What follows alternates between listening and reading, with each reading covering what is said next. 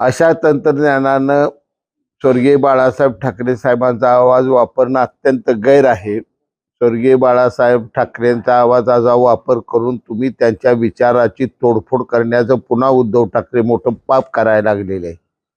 उद्या कुठलाही आवाज टाकून सोनिया गांधी फार मोठ्या होत्या, शरद पवार फार देवासारखा माणूस आहे, असे सुद्धा शब्द बाळासाहेब ठाकरेंच्या आवाजात तुम्ही वापर कराल, हे बंद करावं। ही पोरखेळा हा उद्योग यांनी करू नये।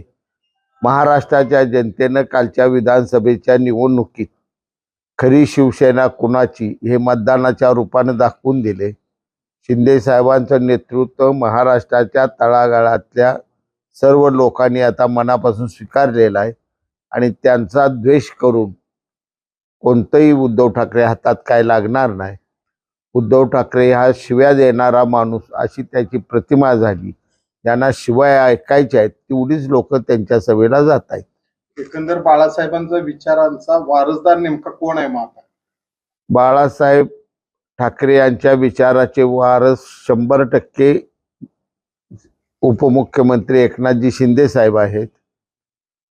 आणि हे जर उद्धव ठाकरे जर बाळासाहेब ठाकरेंच्या विचारानं वागत असते तर राजकीय उठाव होण्याची कोणती गरजच नव्हती।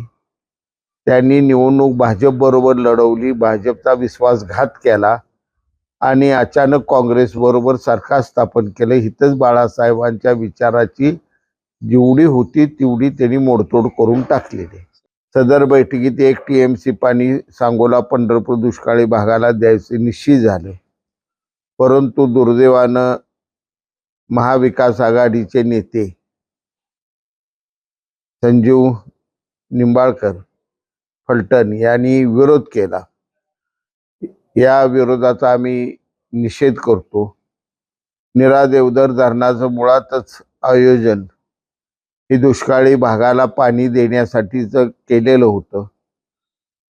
मुख्यमंत्री मनोहर जोशींनी 95 साली या धरणासाठी गती दिली।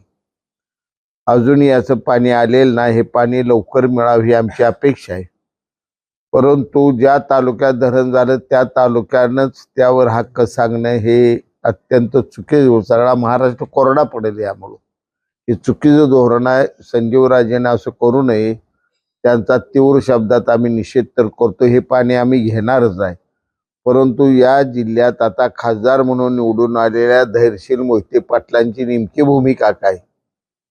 पाणी तर अडवलं, गेल्या 15 दिवसापूर्वी मी बोललो की पाणी अडवणाऱ्यांना तुम्ही निवडून दिले, त्यावेळी त्यांना दुःख झालं। आज ही परिस्थिती तुमच्या समोर आलेली आहे, त्यांनी पाणी अडवलं, आता धैर्यशील मोहिते पाटलांनी त्यांची भूमिका जाहीर करावी। ABP माझा, उघडा डोळे बघा नीट।